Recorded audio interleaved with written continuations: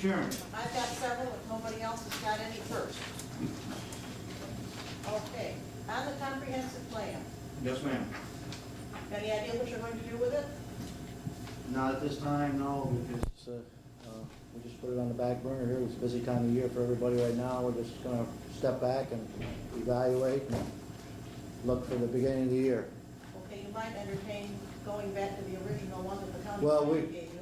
Pardon me? I Well, think yeah, you might that's take that one. certainly that's a possibility. And anything is a possibility at this time. But I mean, as far as the board, I see the board taking any action before the beginning of next year. I don't see it. Okay, well, I'm just, yeah. a suggestion, whatever, you do whatever you're gonna do.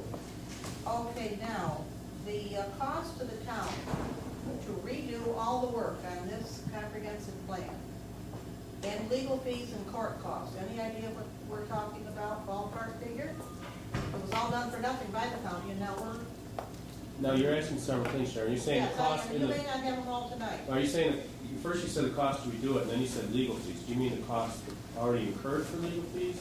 Yeah, Oh. legal fees and court costs, what's it cost us? Once the county said, hey, planning board, you do whatever you're going to, they dropped it in your lap. You then took care of it and did your processes and whatever, up to now. I'm sure you've incurred some costs of some sorts. I don't need a figure tonight, but if you can get one, I would Sure. appreciate it. And are you going to have to reimburse Fulton for their legal costs? There was not any mention of reimbursement of legal fees in the lawsuit, so the answer would be no. Okay. Now I've got another thing that I've talked about before that's going to be somewhat lengthy. This project for the village streets, helping the village out. You sent a bill to them. Yes, we did. Did they pay it? Not at this date tonight. Are they planning on paying it? I haven't heard. I don't know. Okay. Maybe through the liaison report, when given a later time, maybe we'll have some Was there insight. any contract between the town highway, town board, and the village?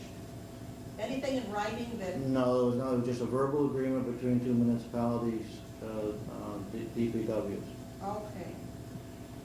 Well, I know what I was told when I asked this question here maybe a month or so ago. I read a notice in the paper, the county was to be paid however, money Mhm. however. Mhm. Okay, we were to get services in kind, and when I asked about that, was told that the article maybe wasn't entirely correct, that we were going to get money for labor, men's labor, okay. Yes, And your trucks would be in kind in-kind services or whatever, services, okay. that's correct.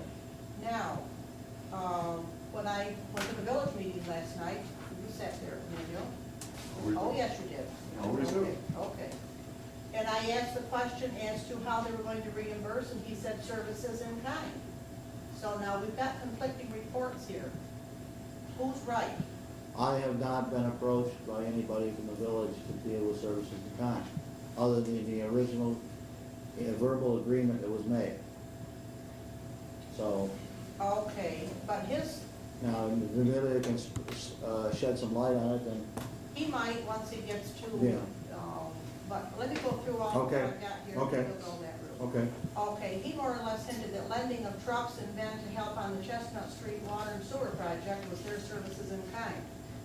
Now, that is a project for OTB. How do we, as town of Schroeppel residents, get something back for the town's help on the village streets when it's an OTB project? It is not it's strictly an OTV project. That's what we were told. way back Mr. when. Earl is gonna benefit from that, Mr. Richardson's gonna benefit from that, Mr. Wright's gonna benefit from that, Mr. Gilbert's gonna benefit from that, and anybody else that's going to add on to that line is gonna benefit from that. So Okay. that's, OTV is not, it's not just for the benefit of OTV.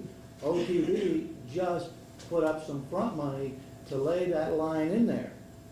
But these other residents along that line are going to benefit from them putting the money up to lay the line. So it is actually a town water and sewer district. It's not a water and sewer district for OTV.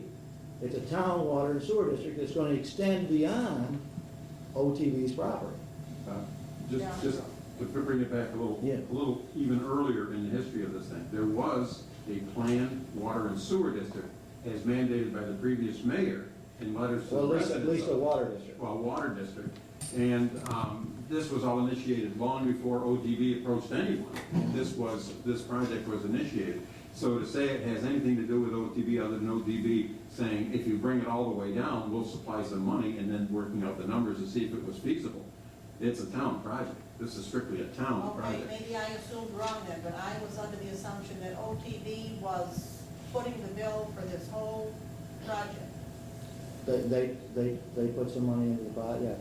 You know And how if we're much? careful, it may Okay. work out there. What, they put $130,000, And then Operation Oswego County put some more in? put in $30,000. Okay.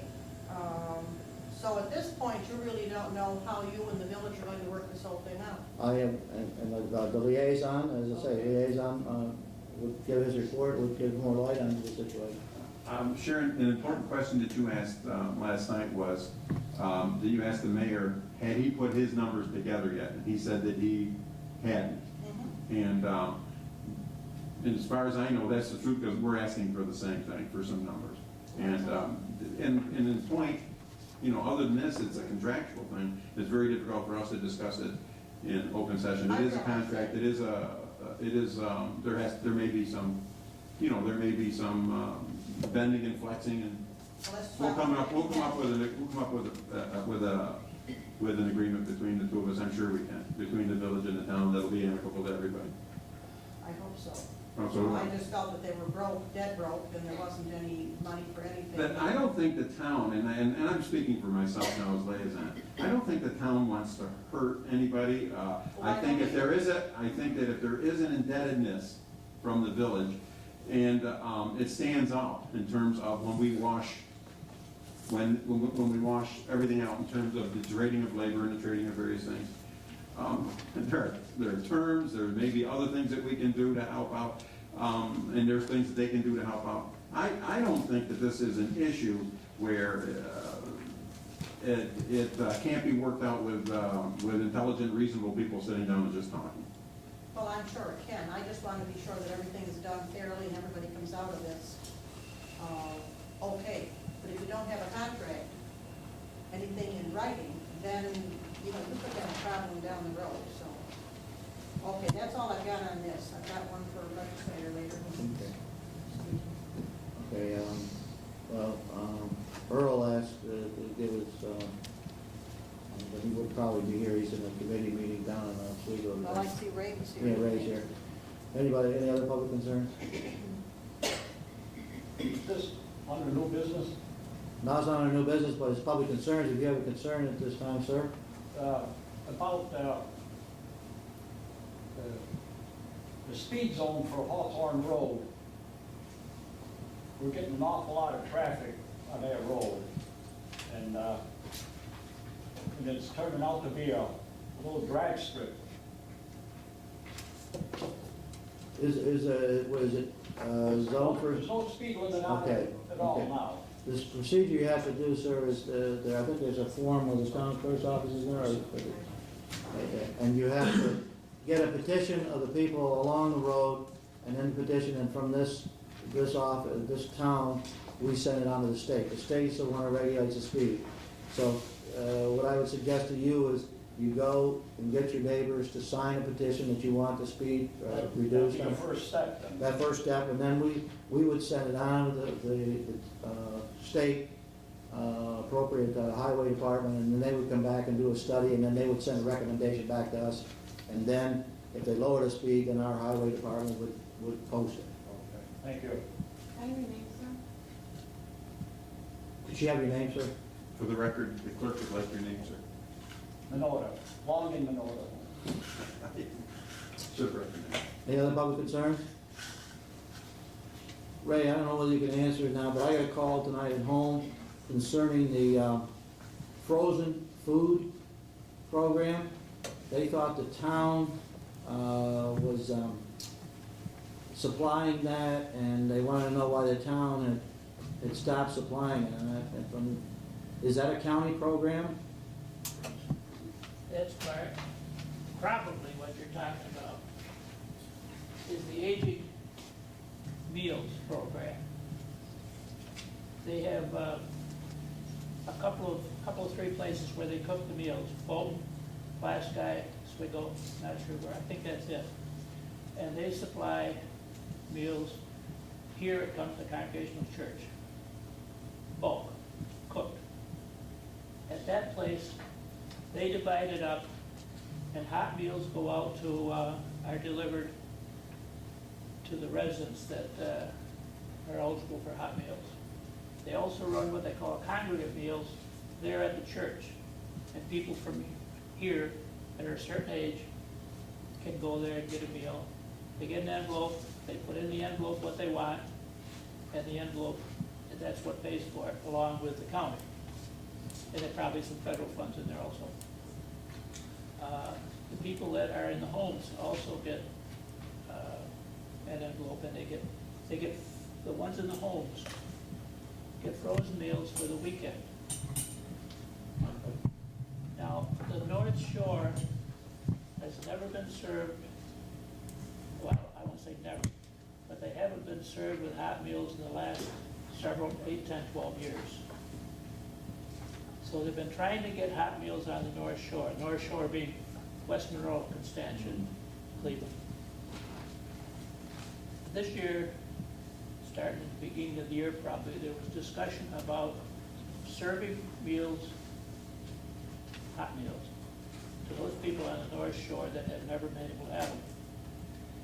And there was discussion about going to a strictly frozen meals countywide. Now, don't anybody misinterpret what I'm saying and say it, because that was done before here. It was the discussion, and there was a discussion on whether they should go to frozen meals, whether they should not. And they have decided that at this time, they're not going to frozen meals. They're serving the same as they have been serving.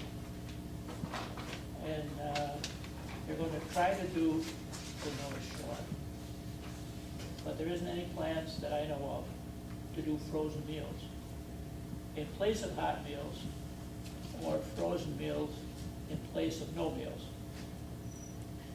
So, let me understand, the frozen meal program is still in place, but it's only for the weekend.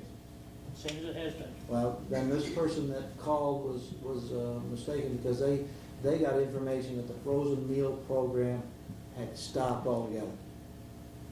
and they thought it was the town and had stopped it, and they asked, why is the town stopping the frozen meal program? And I said, we were never involved in it, I think it's a county program, so that they are misinformed of, so I should ask them to get a hold, what's the name of that, county office down there anyway, I should tell them to get a hold. Office for the Aging. Office of the agent.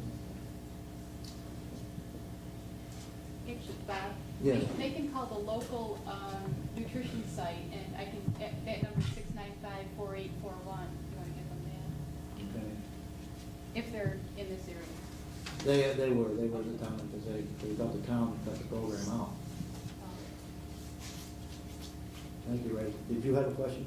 Yes, and I don't know how much you know about this. This was through a letter that was in the paper. Okay, the county, going on down through the sales tax and how it's going to affect various things. This has to do with heating bills.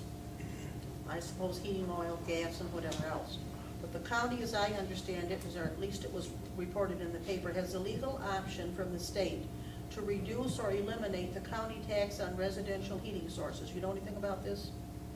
That was not a part of the bill that was passed by the legislature.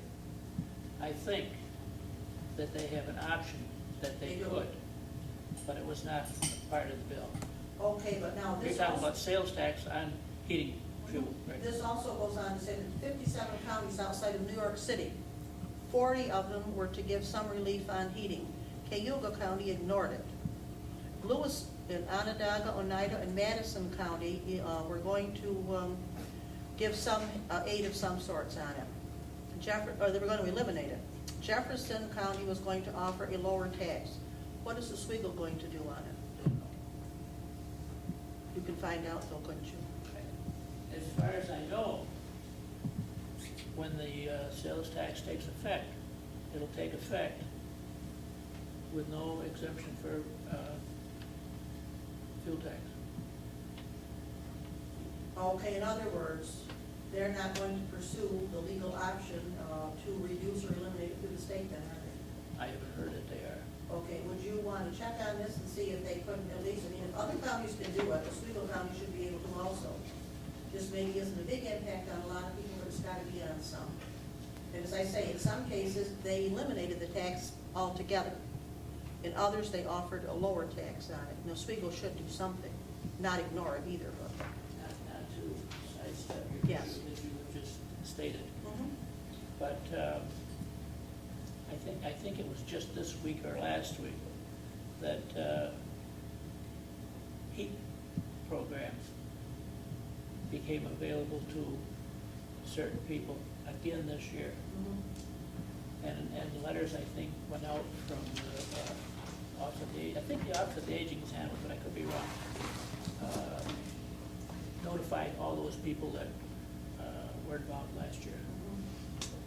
Okay, but just on this right here, it seems like Oswego County could do something and not ignore it. I'll inquire. Okay, thank you. That's all I have. Okay. This time.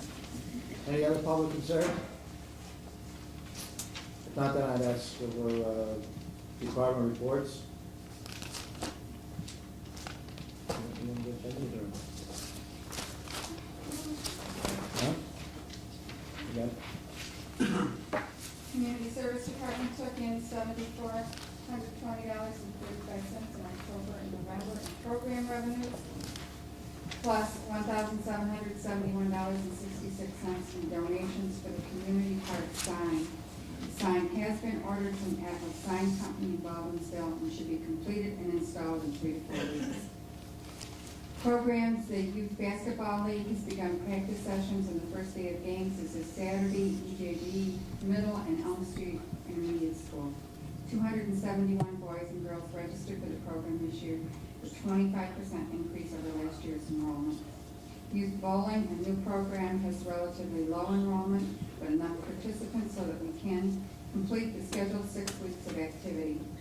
Since the girls softball program experienced some problems in 1996 due to low enrollment, revisions have been made and changes are taking place in anticipation of the 97 season. All other programs are operating as expected. Office staff is halfway through documenting expenditure information for Division of Youth Programs, reimbursement requests for youth services and recreation activities will be submitted January 31st of 97. $6,000 will be reimbursed to the town after that date for operation of these programs. Cindy Schmidt, 12/4/96. Are you gonna make the town clerk's report? Clerk, month of November, we sold 104 hunting licenses for a total of 1,767. One marriage license for $20. Bingo 3% for $3.56. 30 dogs at $12.50, $3.75. 9 dogs at $20.50, $184.50. 4 first-time redemption for $40. 1 Palermo dog redemption for $13. 1 dog adoption for $10. 1 register for 2, we have 65, 63. 15 certified copies at $10 for $160. 257 miscellaneous copies for $64.25. 2 driveways at $300. And 1 mobile home application for $75. $3,027.94. Thank you. Tax receiver, November 1st to the 30th, received $9,173.10. Penalties, $183.43. Total November collections, $356.58. Paid to the town supervisor, Schroeppel penalties, $5,433.64. Interest on savings account, $875.95, for a total of $6,309.59. Collections by town, Schroeppel at 88.4% collected, Hastings with 100%. Total taxes collected, $4,802,060, or 88%. Taxes paid to the school, $4,551,787. Total now due, $250,273. Total return to county as unpaid, $657,726.47. Includes the adjustment of reassessments of $40,501.65. Liaison meeting with the fire department. Cognoy is waiting till spring to put the dry hydrant in down in the Sixbury.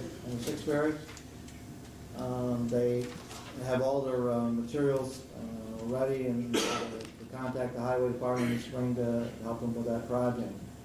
Their new tanker is in service of the West Lodge Station. They have been contacted by the town of Clay for a fire tower construction. That the old fire tower is, it's quite a ways away, and they're charging now to go to that. So the town of Clay is looking into constructing one, and so the supervisor of the town of Clay is going to be contacting the surrounding towns to see what their interest would be and the possible construction. Phoenix has a dry hydrant working on Niagara River Road. They're looking at putting one on the Oswego River Road down near Hinmanville. They had a couple of concerns as possible fire hazards that I turned over to the CEO. And at the time that the report, Pennville had a heavy rescue that was out of service. And I haven't heard whether that's back in service or not. And then, of course, the request that the fire departments had to construct, or to look into making a burn law was later on the agenda. Liaison report from the village. Well, we covered some of it, but we did go into executive session to continue discussions on the affiliation of the town with the pool in the park area in the Village Jones over by the high school. And we continued discussion on the 264 water district and the contracts involved there. And of course, the discussion that Mrs. Candy brought up concerning the agreement, concerning the work done with the village and with the town project here on Chestnut Street. Did you also talk about the contract for 264? We discussed the contract, and we're making headway, I guess. Our legal has to construct the contract? I think that there will be a contract drawn up, and there will be a contract signed, and the numbers will be probably in no more and no less than the other districts, which is 33% above the cost of the village. Rod? We're at that time of the year where most of the contractors are trying to button up the projects they got going. As you note, we're working on a burn ordinance proposal.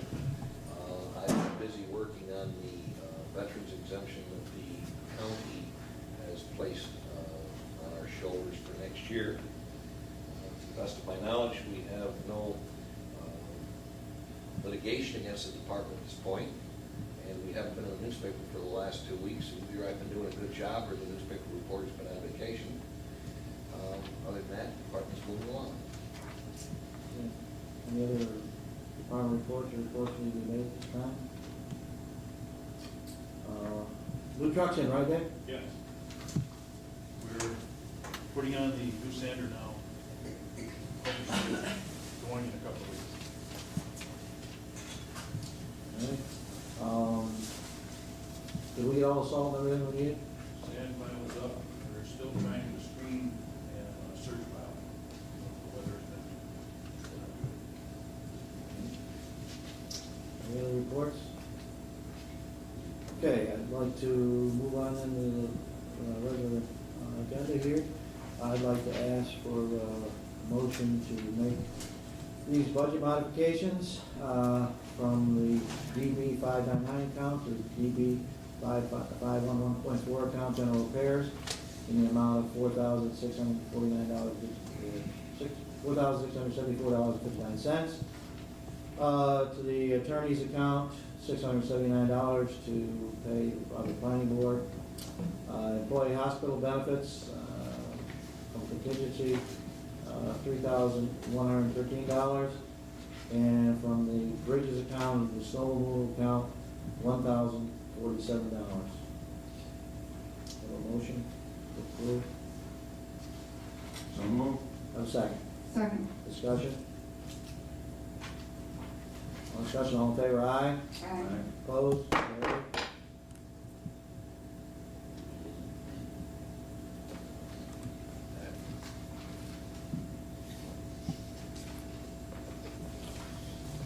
Carried. Okay,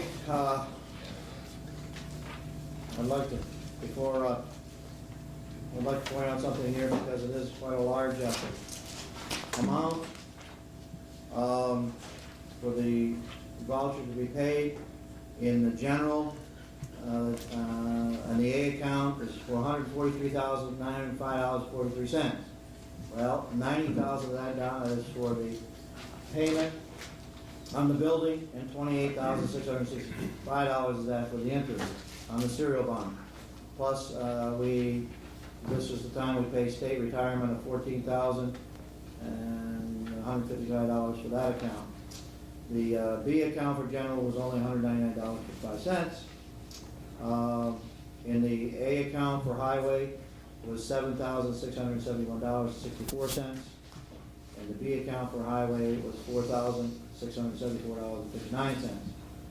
Now, in the abstract accounts, the one for the Chestnut Street Water and Sewer, there was a bill there for $21,566.16, and we paid a partial payment on the truck of $80,000, bringing that account to $101,566.16. Bringing it to a total for this payout this time of $258,857.62. Now, one of the ones in the abstract account, going through them, it was pointed out and that they put down the wrong road for the Chestnut Water and Sewer District. But Dick was aware of it, and I talked with him tonight. He has already contacted county, and they're in the process of sending us the billing is right, the charges are right, but we just put down a wrong road. So that, changing that, the heading on the bill is right. It's just that they put down a wrong road they were doing work on. So With that, I would entertain a motion that we pay the vouchers. So moved. One second. Any discussion? All in favor, aye? Aye. Opposed? Carried. Okay, last time we were talking about some things that the planning board had recommended to us. And I asked, we wanted some input from the planning board. And I asked Rod and somebody from the planning board to come. And Hal notified me that John will be representing the planning board because he is teaching tonight. And the vice chair is also incapacitated, so, and another will come later on, okay? So, we had question, on the first one was on the subdivision review fees. Okay, we tabled that. And what are your questions that the board members that wanted to table this had of the planning board is why they sent this recommendation down? Bob, I become a perfect example of why we need to review these fees. I'd like to give a chronology of what's happened. We haven't done anything with these things.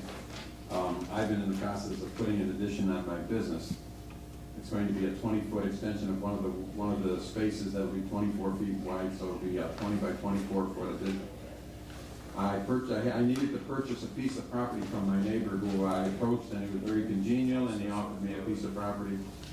And we worked out a price that was compensatory to the amount of property that I bought, which is 0.06, approximate 6 hundredths of an acre. About a 20th of an acre. And I bought the property, and then I started the purchase. We filed the paperwork on Monday. And then I started with the procedures that need to be done in this town to put on, in this case, probably a less than $5,000 addition. And these are the costs that I incurred. First of all,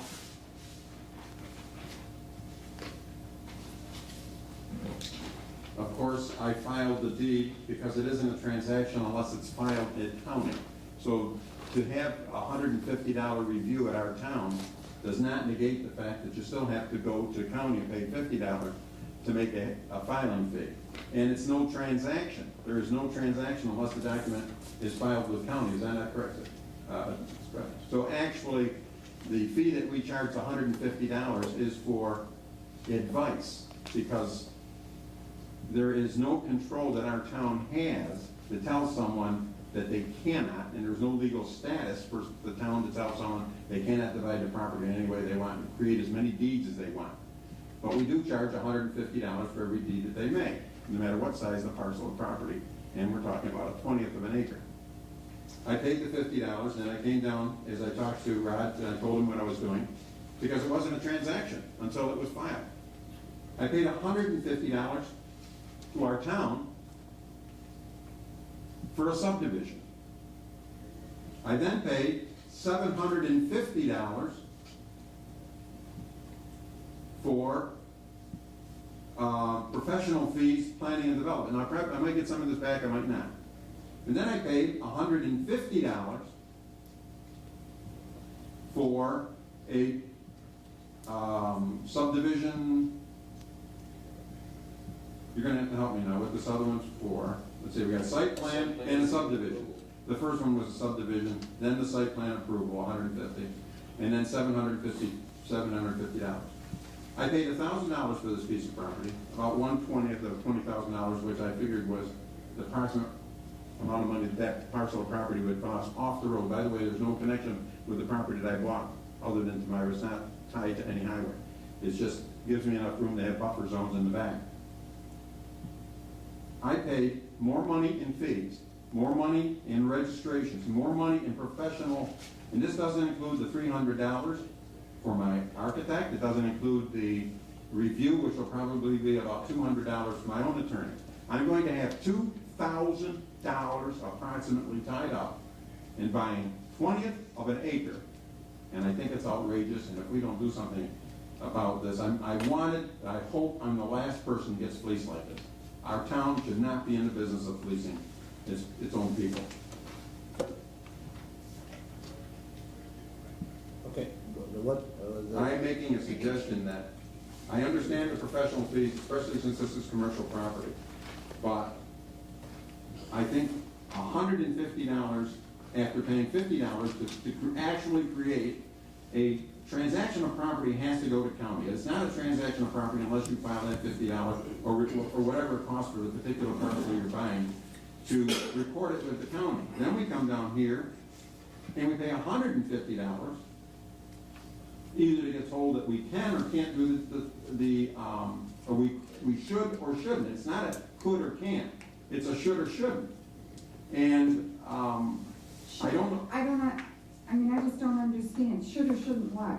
Sell our property, buy our property, or divide our property. You see, it doesn't involve anything other than a taking of the $150 because you and I could transact property legally in any dimensions by going to county, and the town cannot stop us from doing it. It would be illegal for the town to say, I can't sell you 10 feet, or you can't sell me 10 feet. Just a little aside of there, Emilio, that many other counties, before you can record a deed, the county clerk will say, do you have town subdivision approval? Sawyer County doesn't do that. Okay. And that's a big problem, I guess, in this area. Do you think it's a problem that needs to be remedied by the county, or do you think it's a problem that needs to be remedied by the town?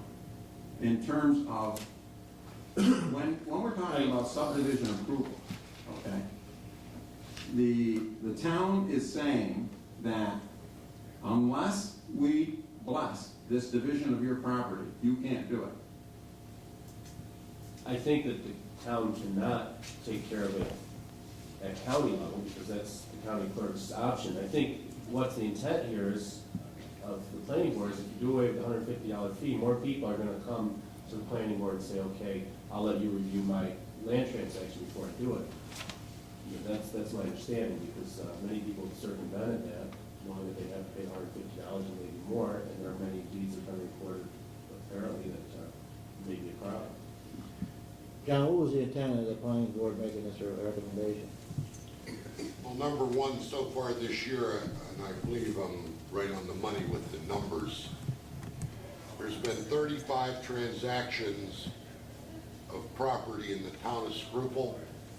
I believe 7 have gone through Rodney's office, and the rest have gone through county.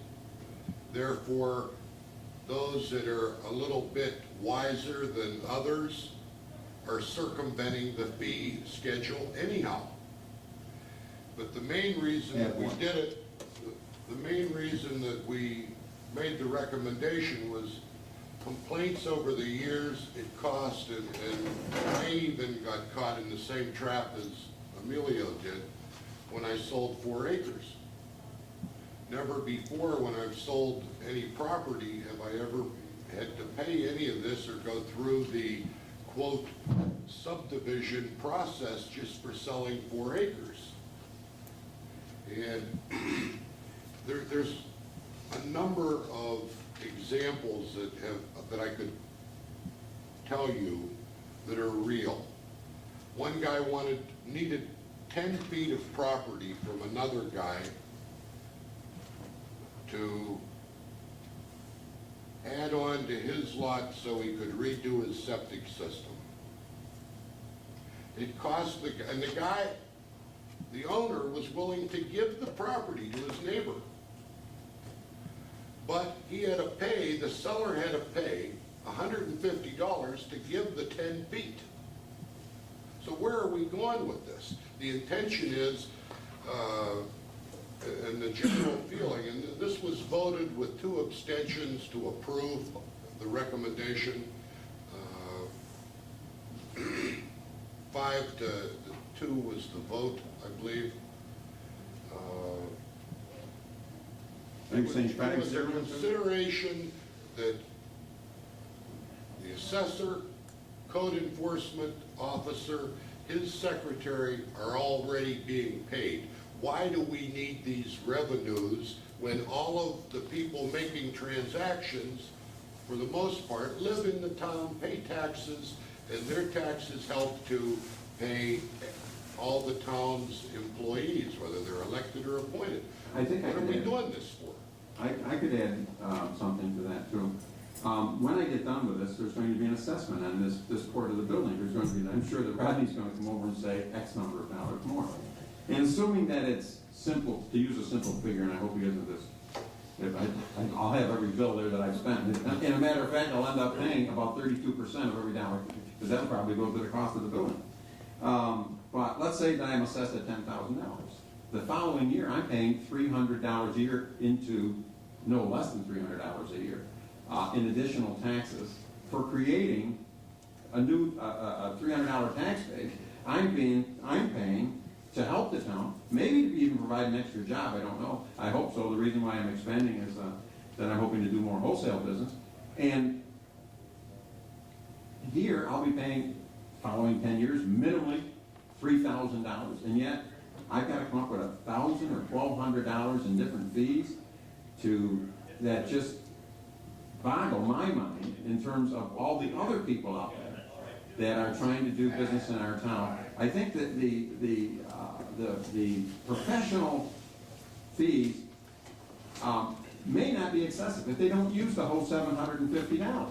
But I was at a village meeting when they hired their new engineers, and he quoted a figure like $3,500 to do a particular job, and someone on the board says, well, we'll do $4,000 just in case you need the extra money. And he was saying, no, don't do more than $3,500, because if it's $4,000, it's probably going to be used up. And that is the general, and that is the way I see the $750 professional fee. And if the money is there, believe it or not, there seems to be a way that it gets eaten up. And then some. I think that we should look very carefully at these lots that are smaller than building lots. I think that if there is a situation where people are making transactions on their property, as described by John, and has occurred to me, and I'm very happy to pay this because I want to bring this to the board's attention, that I think that these things have to be addressed so that they're fair and equitable to the people who want to come into our town and do business, and the people who want to come into our town and develop themselves. Rod, do you have some perspective from your office? Earlier this summer, there was quite a hullabaloo about the subdivision process and the fees paid. And as I so poignantly stated to one news reporter in my office one afternoon, I said, it seems right now, for some people, the issue is whether the $150 is or isn't paid. It's the issue of the money. From my own professional perspective and from my office, as I said to the news reporter that day, as far as I'm concerned, the $150 is not what is really the important issue here. I honestly believe the subdivision process is an important and worthwhile process that should be done. When an individual looks to buy a piece of property in this day and age, it is a rare occasion that they do not go to an attorney and say, would you please assist me from a professional perspective in making a determination as to whether or not to buy it and under what terms to buy it, so that I don't have future problems.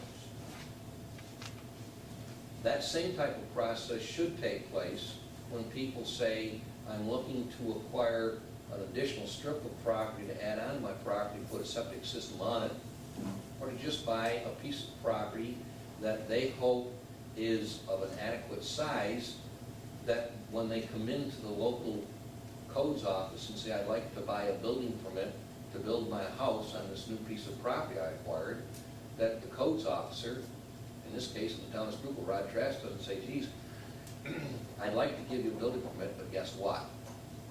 You just bought yourself a problem. It's a substandard size lot. I can't give you, I can't sell you, I don't know what term to use at this point. I cannot make available a building permit for you today because you bought a substandard size lot. If you had come to my office and gone through the due process, I would have helped you hopefully understand that that was your problem. Or be able to say, geez, you have a nice piece of property there, it meets all the requirements. I would be more than glad to issue you a building permit on that lot once you've acquired it and come looking for one. As far as the concept that we're all already paying for the codes officer's job in our general tax fees, if that were the case, then that means we need to stop having a fee requirement for people who need and request the opportunity to acquire a variance. We would need to stop requesting a fee for all people who come in and, according to our present zoning law, need a site plan review approval. I believe the reason why we have a fee schedule in these areas is because it shouldn't be the responsibility as a tax burden to all the taxpayers. I will take as myself a typical example. I have a parcel of property that I have my home on. It's 76 feet wide by 230 feet deep. It is an acceptable sized lot to have my home on in the village of Phoenix. If I wanted to subdivide it, I couldn't subdivide it. It's small enough that I shouldn't consider subdividing it. So I, as a property owner, have no reason with that piece of property to ever consider a subdivision process. And there are a lot of people in our community who have parcels of property which could not legally be subdivided, or maybe they just don't want to subdivide it. So why should they help share the cost of those who need to or want to? So, basically what you're saying, and There you should are, be. you are in favor of the planning board's recommendation that this That fee- there should, I'm saying there should be a fee schedule for subdivision purposes. I think perhaps the present manner in which the schedule is laid is abusive to the people who want to do a single lot subdivision versus somebody who wants to do a 3-lot subdivision. John? I bounced it around that, for instance, a subdivision or a split or a transfer are the terms that could be legally used, up to the size of one legal building lot should go through a subdivision process. The fee would be $50. If an individual were to say, I've got land that I want to keep an existing element and take the remainder of it and split it into 2, that they come in and do a subdivision process, and because there's going to be 2 parcels when they get through, it'll be a $100 fee. That would be more equitable and more fair, and at the same time, the people who are doing the subdivision process and therefore who are getting the work done for them are paying a reasonable and fair fee. And that the general taxpayers are not being burdened for something that they're not making use of and may never make use of. Okay. John? That's my suggestion. Ron, your job's mandated by the state of New York for our town, okay? So both your jobs are. So I don't want to hear any of this about the fees that we. Discussion should be with the board. No, Address the board, please. the code enforcement office and the assessor's office are mandated that this town have them. There is nothing in the mandate from the state that said we have to pay these fees. Now, Bob, where we're coming from when we made the recommendation is we also, as part of this change we requested you review, that the code enforcement officer, assessor, has more power to do things on his own so long as they do not constitute a building lot. But to come back to the fees, there is nothing that says we have to charge fees. Now, when it comes to the commercial professional fees for commercial property and for subdivisions up to a division of 49, say, which presently we can do without sewer and water. We are not against the fees, and in some cases, those fees have not been enough. And the policy that exists today is, once we have paid the professional fees, the legal and the engineering fees, and the deposits have been used up, those two people, both legal and engineering, have been instructed to stop until we get more money in. But we're not concerned with that. We're concerned with the small things. And what does the assessor's office do for that $150? It's quite obvious.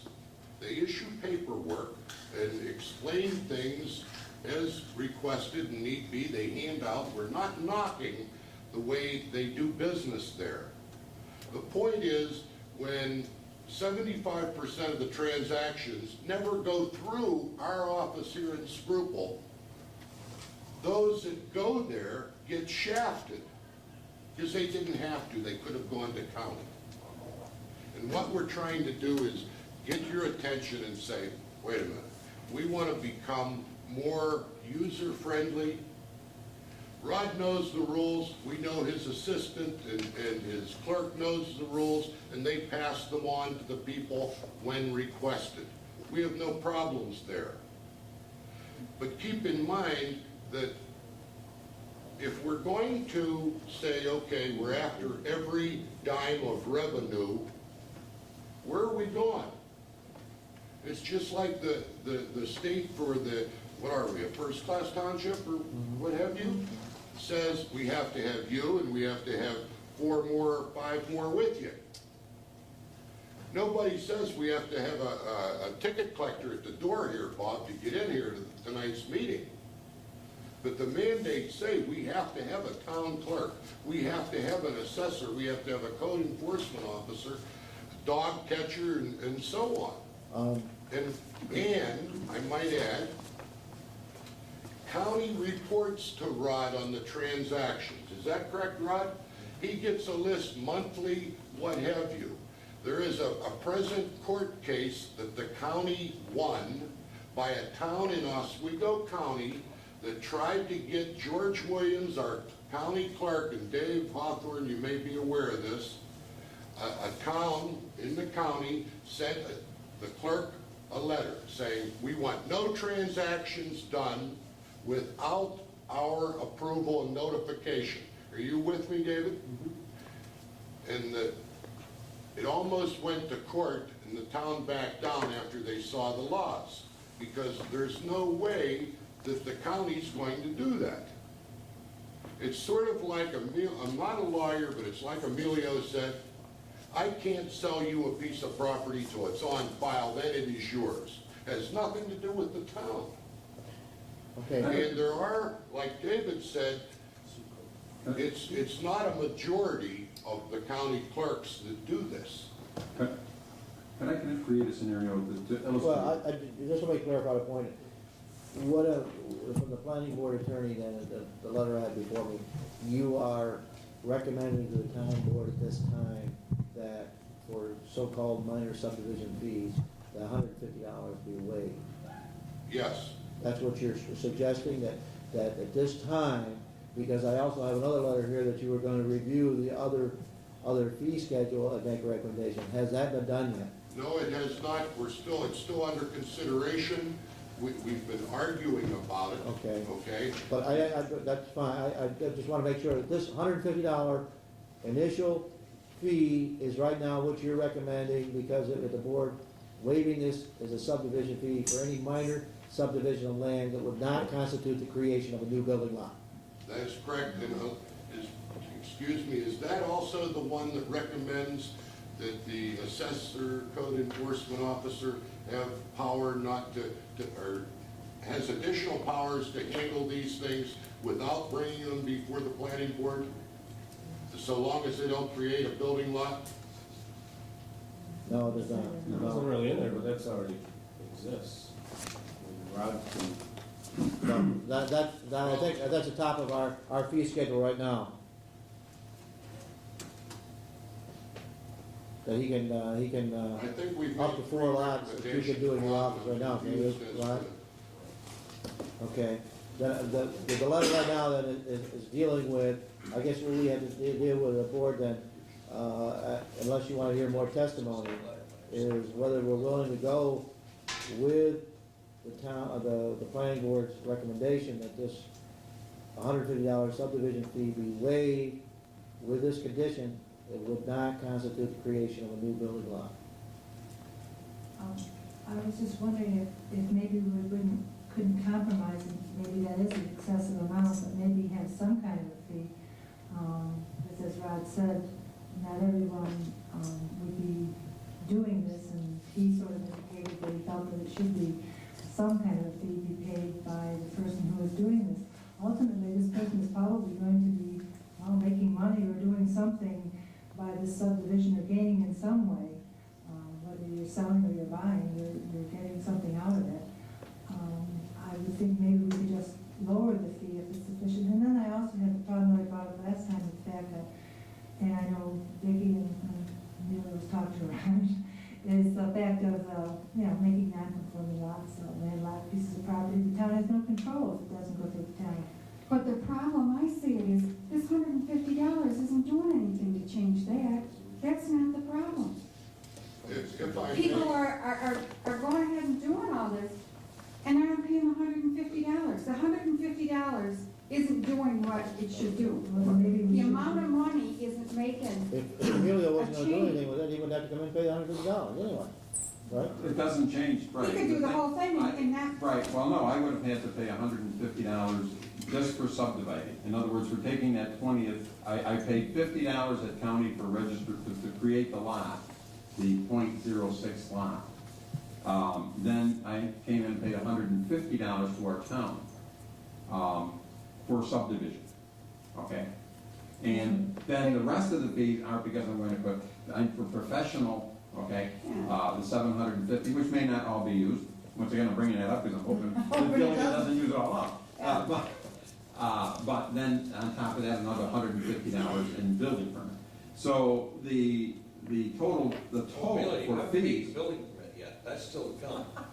You mean I got another bill coming? Oh, you got another bill coming, you Well, haven't paid there, them all. I mean, that illustrates more but of this what. $150 isn't, It is. it's not right. guaranteeing It's that the anything's word- being done. The words that I have heard in the past used, and these are the words that scare me more than anything, it's to protect you.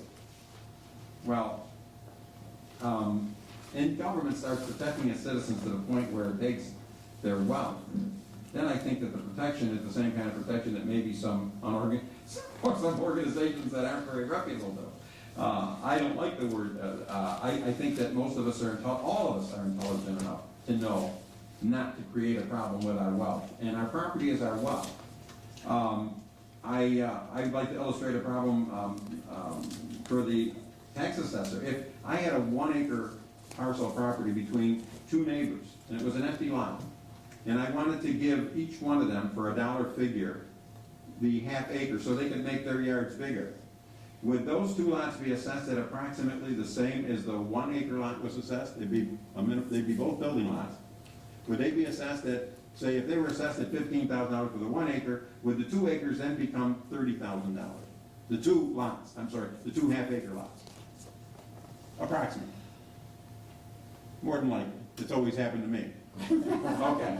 So anyway, if I wanted to sell, instead of building a house on this acre, I wanted to divide it down the middle, because my neighbor on the right, my neighbor on the left, wanted to buy the property. Instead of having a house in between them, they wanted to expand the property, which is some of the goals of a lot of people in this town, is to have a larger lot. This person has to pay $300 in doing what everybody seems to want to do in this town, is to create a larger lot. And the person is not going to build a house. He's not going to change the scope of the property at all. In other words, there won't be anything done to that property physically that would create anything other than new ownerships. Instead of one person owning 1 acre, two people owning half acre, and yet that individual has to pay $300 to be protected. I think there's something wrong. Can I ask, assuming we did all this, and the person, and you can't not tell them they can't do it, right? You can only recommend that it's not. Could they go ahead and do it anyhow? Right now, with the way our laws read, the way in which the county clerk's office functions, whether they do or don't come to me for consultation, whether I do or don't give them verbal statement of, yes, this would work, they can file that deed, okay? There is So this nothing. $150 There's isn't nothing doing anything illegal. but All right, costing well, you people asked a money. question, Lynn. So the only, as I said to the news reporter that day when we were talking, the only enforcement factor that I, as the codes officer, have at this time, when our code book says we shall do a subdivision, it doesn't say you can or can't, you will or won't, you will if you want to. It says you shall do a subdivision process, but it doesn't give any enforcement procedure for me or anybody else in the town or anywhere else to say, well, if you don't go through the subdivision process, I'm gonna come out, handcuff you, drag you down to OCJ, throw you in jail, lock you up and throw the keys away routine. I don't have that authority.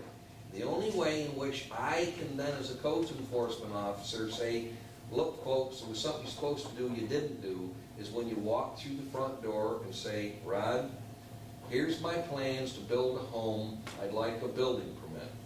And I can look and say, hey, it's a beautiful home. The plans are excellent, and I'd love to give you a building permit. But guess what? You didn't do a subdivision process, and since you didn't do a subdivision process, I will not issue you a building permit until you do a subdivision process. So that means they have now completed a process of splitting off a piece of land that we call subdivision in anticipation that that being their now building lot, they're gonna come in and get a building permit and build a home. And I can say, I don't have to, and I'm not going to, issue you a building permit until you go through a subdivision process. That's the only enforcement that I've got at that point over this whole process. Do you have that under the mini subdivision law too? Yep. It's there. Actually, I don't have a problem with that, I don't think, as I understand what he said, because then we're talking We're about, talking about building a house. then we're talking about a building procedure. And then there should be some fees, because there's going to be inspections, there's going to be, maybe some, additional traffic on the road. But someone simply dividing their property up, a farmer that wants, another illustration is that a farmer may leave in his will, to his 5 children, as 100 acres. Each one of them inherits 20 acres. They're gonna pay $150 to our town because they subdivided it in his will. It's beyond belief to me that we've gone to the point where we are controlling people's lives, and these people, and the land, and the scope of the land will not change one iota. There won't be one thing done to that property other than having 5 people own it instead of 1. There shouldn't be a $750 fee. Do you have any input further? Well, I think that if doing away with the fee would make it so that anybody would, or people would come there to Rod with even a questionable land transaction that may or may not fit or require subdivision approval, I think that you've done something, because now you got people, if I live in this town and I want to get my neighbor, if I want to do a boundary line agreement with my neighbor because maybe their surveys disagree, I'm not going to go to him and pay $150, I'm going to do it and record it. Whereas if I'm going to do something similar to that, which may create illegal subdivision, and I know I don't have to pay him to get his opinion, I'll probably go get it. If the word's out there that you can circumvent this by just going to the county clerk and recording your deed, and the only hope the town has is in not giving you a building permit down the road, and you're not actually looking to build on whatever it is you're cutting off, then why is anybody going to do it? I guess that'd be my opinion.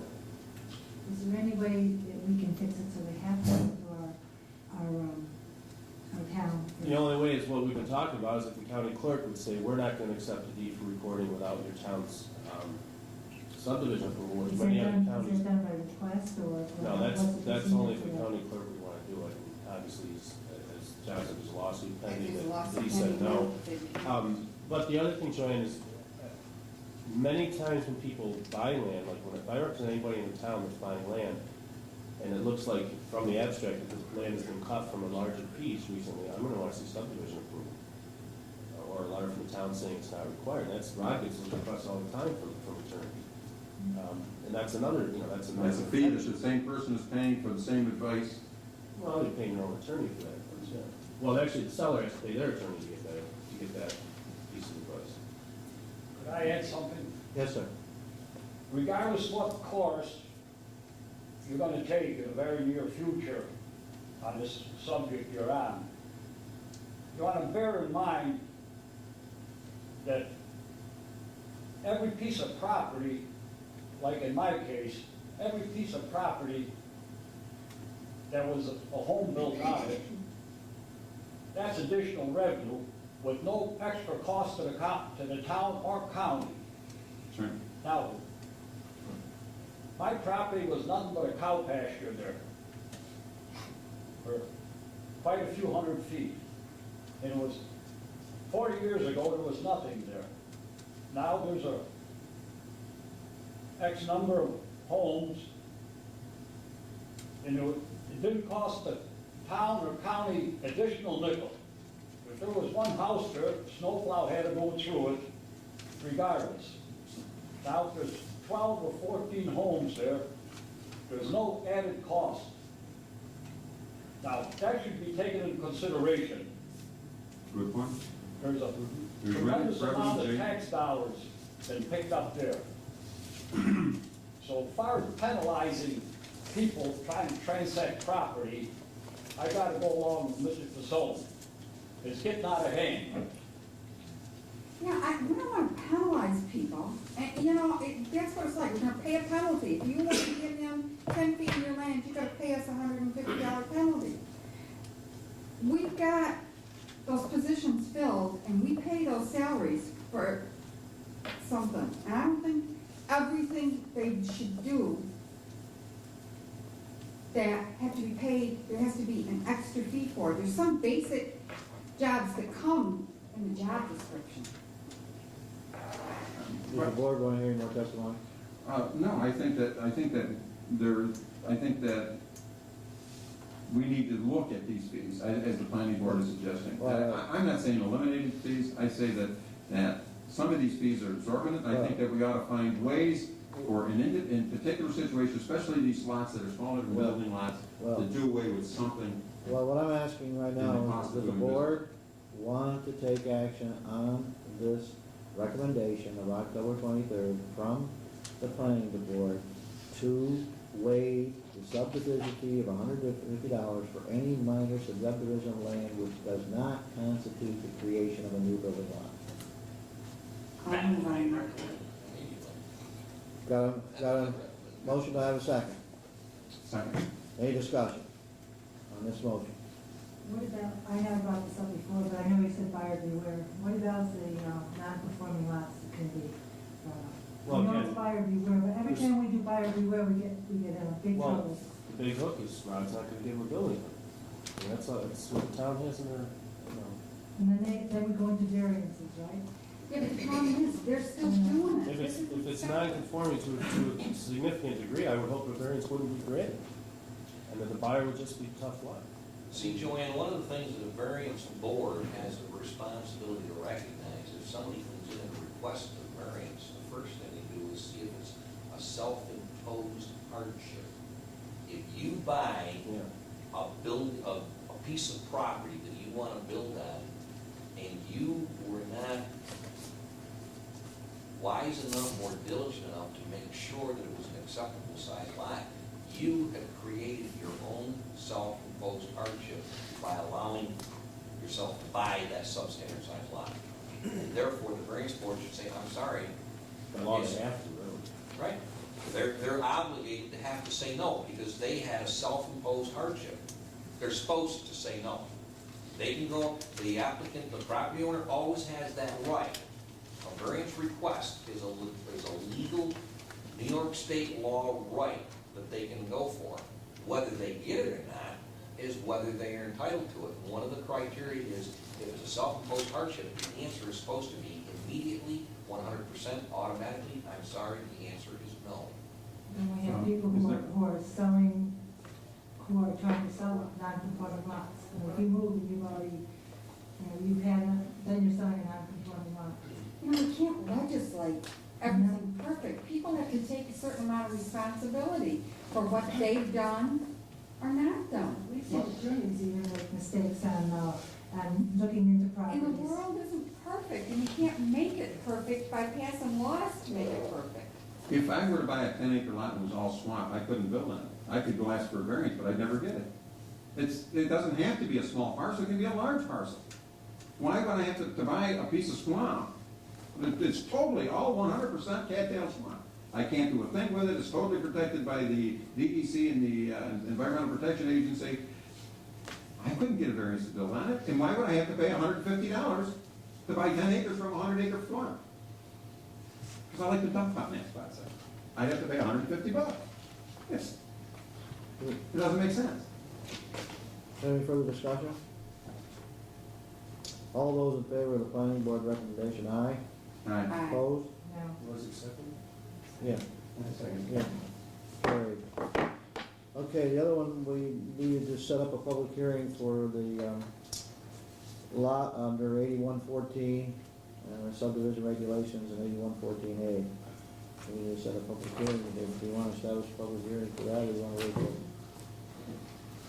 Is that how it moves on? No, that's under, the action to be counted as lot under 8114 of the subdivision regulation. This must be accomplished by changing the language 8114A to 1 to reference building lots rather than simply lots, okay?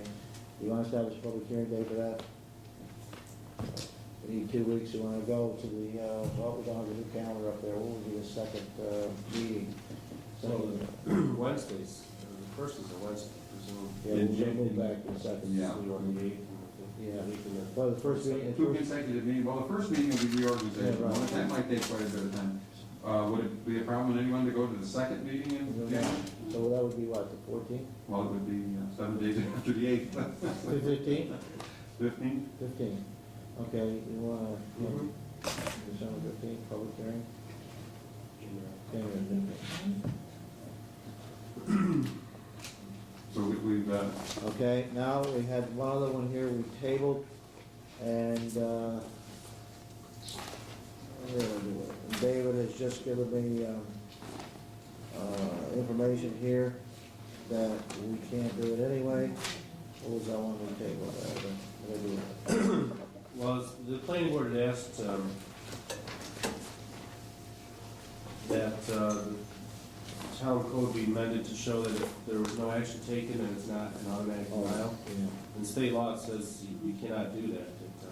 Yeah, there's a law, so we can't act on it. Each has a law here, 276 sub 8 of the Town law. town law. The such periods may be extended only by mutual consent of the owner and the planning board. In the event that the planning board fails to take action on preliminary plat or final plat within the prescribed thereof after completion of all requirements of the State Environmental Quality Review Act or within such extended period. So it is default approval of preliminary, that's 276-8. Okay, I think, and then, well, the other one was our private roads.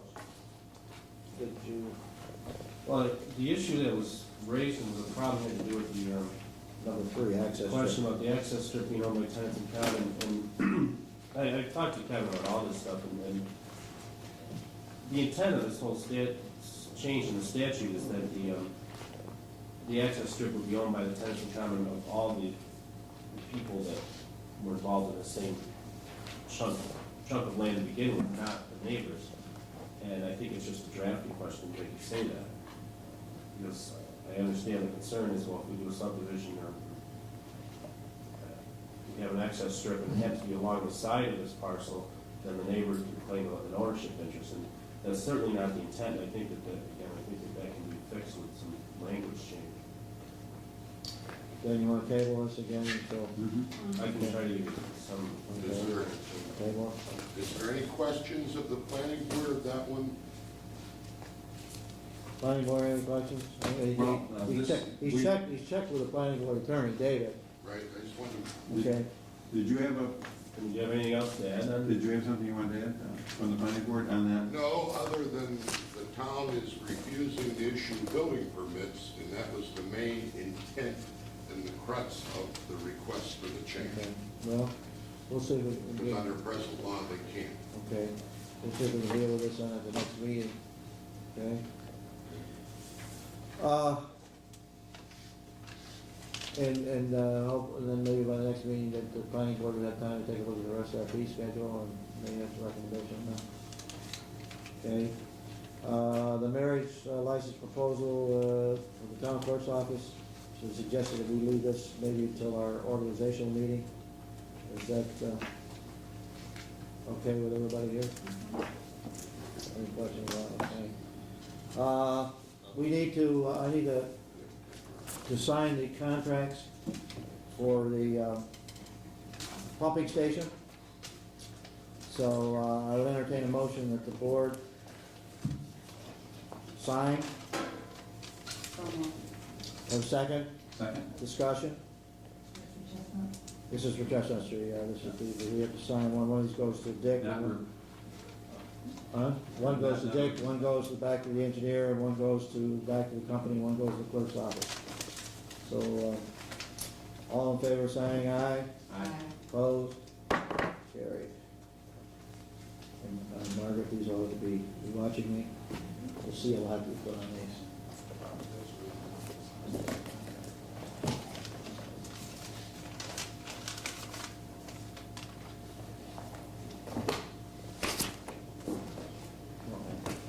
Okay, 173.15. Okay.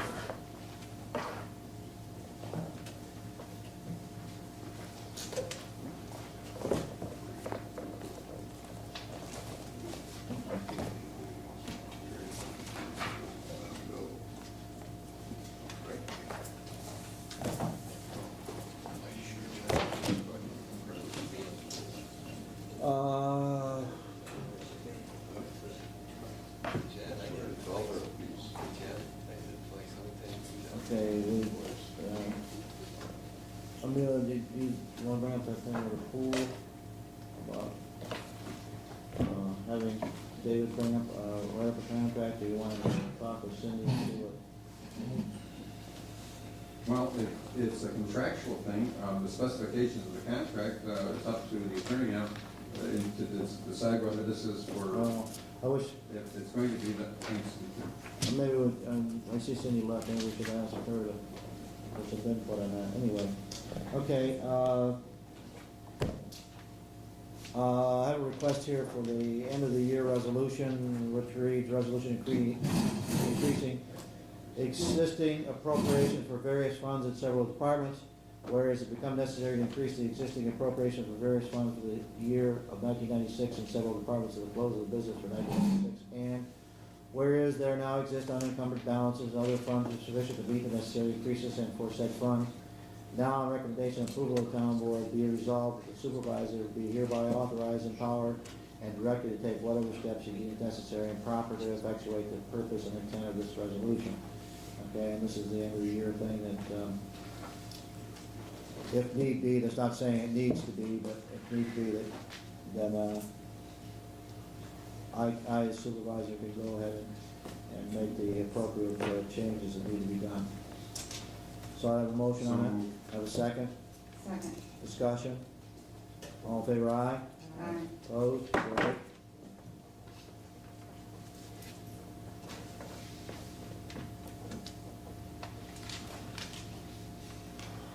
Okay, we have a request from the upfront people that on Christmas Eve Day and New Year's Eve Day that the building be closed at noon.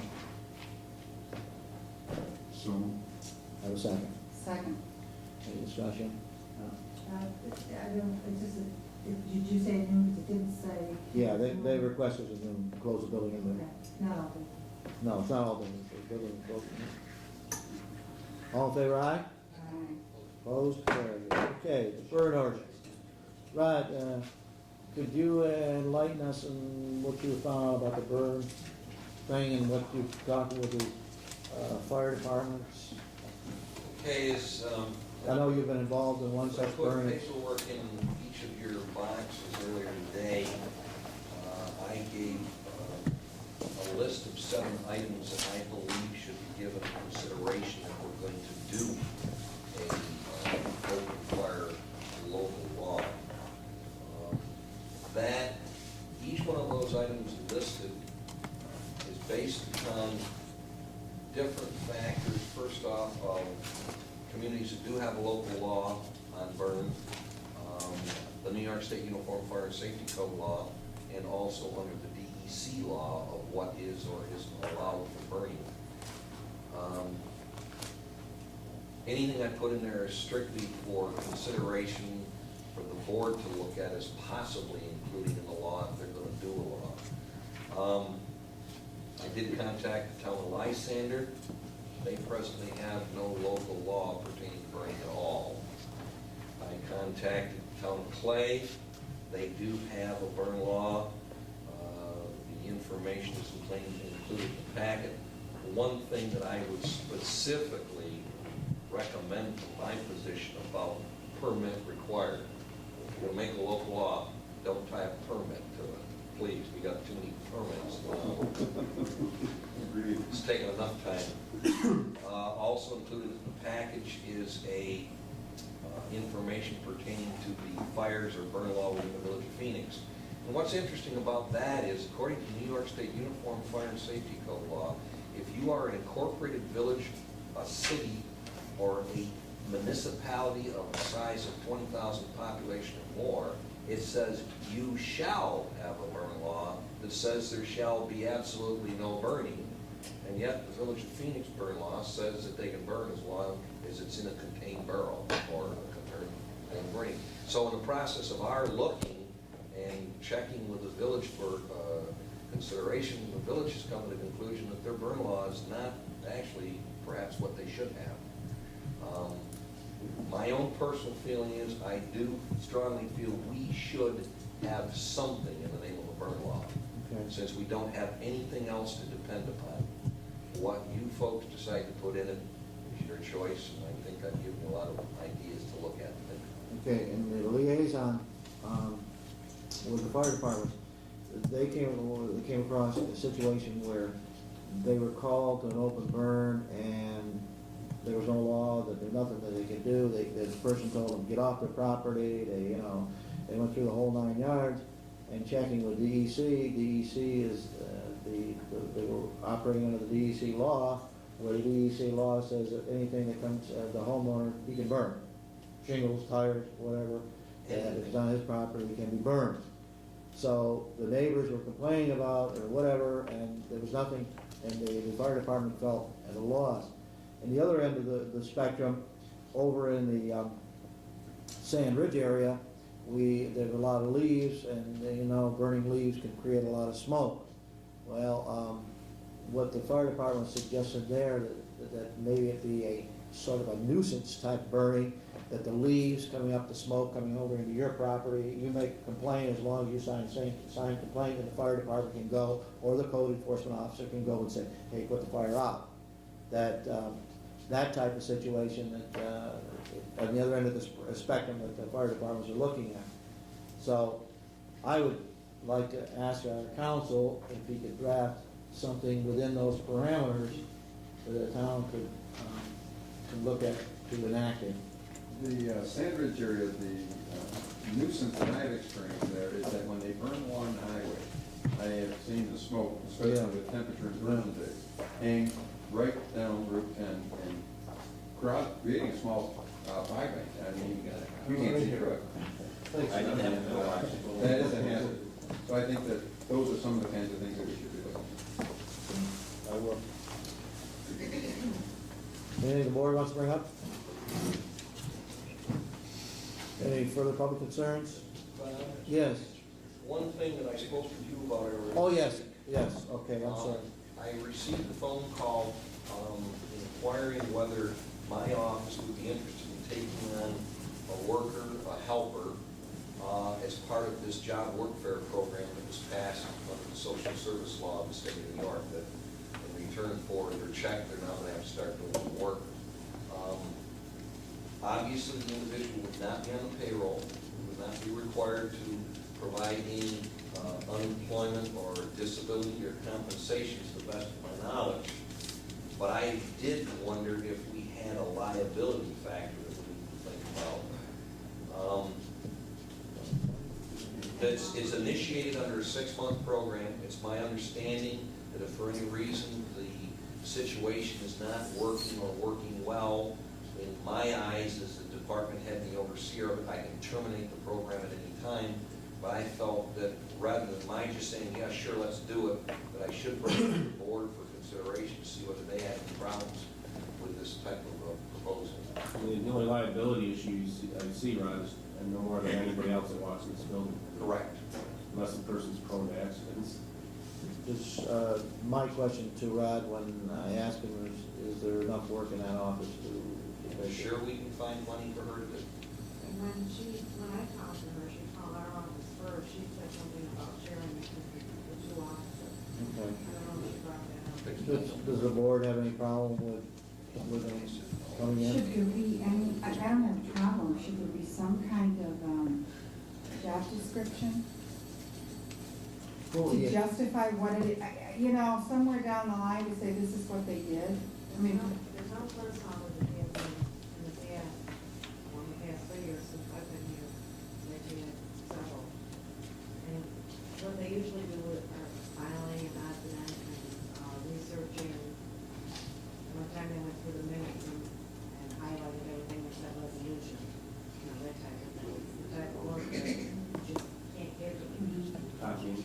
Copying, that type of thing.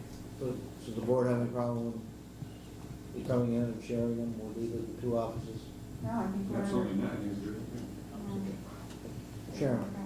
Okay, just to clarify a point, Emilio, you're buying a piece of property. I bought a piece of property. However, okay, but you're gonna put a building on something, but it's not a building lot. No, I needed the additional, Building's not on approximate your 20th of an property. acre. I needed to expand, to get the buffer zone, you know, for the 20-foot buffer. And there will be part of the building on this little piece of property too. But the thing is that this 20th of an acre is a $150 subdivision fee.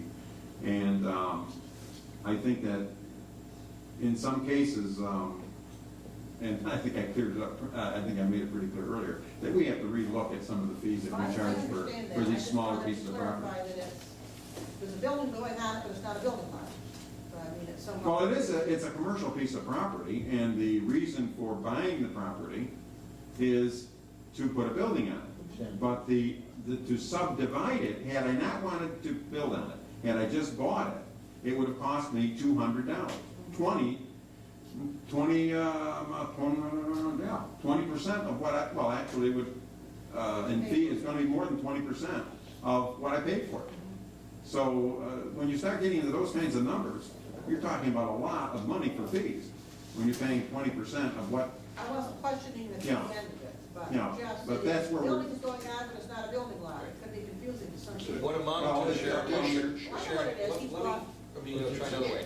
Emilio approached me and asked me It's not a new building. whether he would be able to put this proposed addition on and if it would fit Right, it's not a new zoning building, requirements. is it, Emilio? And I said, I'm sorry, No, it's not Emilio, the you'd be same. too close to the property line.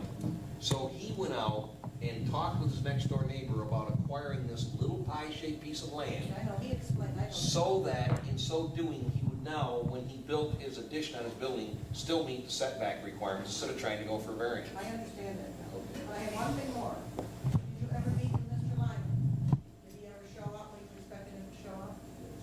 Oh, several weeks ago, this came up as to, we talked about Mr. Lyman, and you expected to see him within a period of time. I don't know how long, but did he ever show up? I spoke with him, yeah. Didn't bring a check that he put in, did he? No, What's he gonna do on it? he's still hoping to get the money to back his project.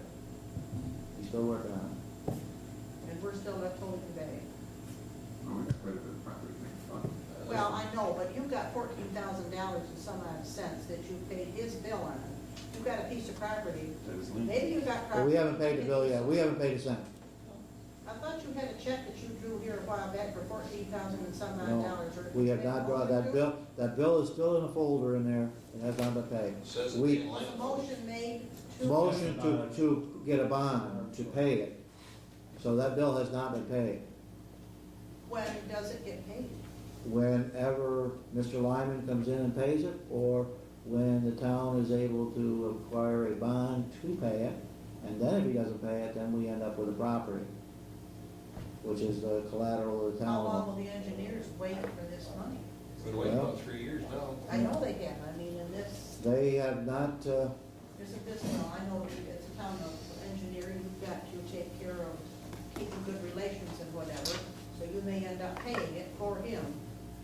I just wondered what his staff, if he's got trouble getting the money for all this project, I thought they had this in the beginning, why did they ever propose this thing and wait all these years? Can't answer that, can't answer. Okay, just bringing it up. Okay, you know, that's where it is right now, the bill is not paid, the town is not out that money. Okay. The town is not out that money. Anything else from the public? Anything from the press? And I would entertain a motion to update on the highway contract and possible, language for a contract with the pool for the village. Is that correct, that you would like to bring that up, sir? Yes, Okay. you did that. Is I go- that legal for executive session? You didn't say the magic word executive session, but. Okay, executive You session. have, yes. Okay. Can I have a motion to do that? Some, Have a second? Second. All in favor, aye. Opposed, carried.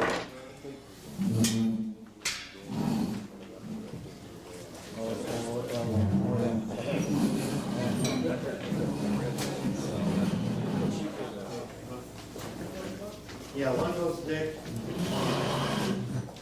One goes back to the, one goes to our engineer. You wanna send them out?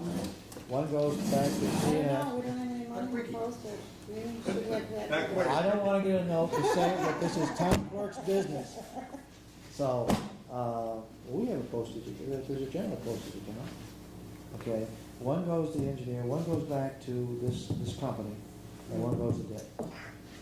There, For you. hold it up. You got a copy for your office? Yeah.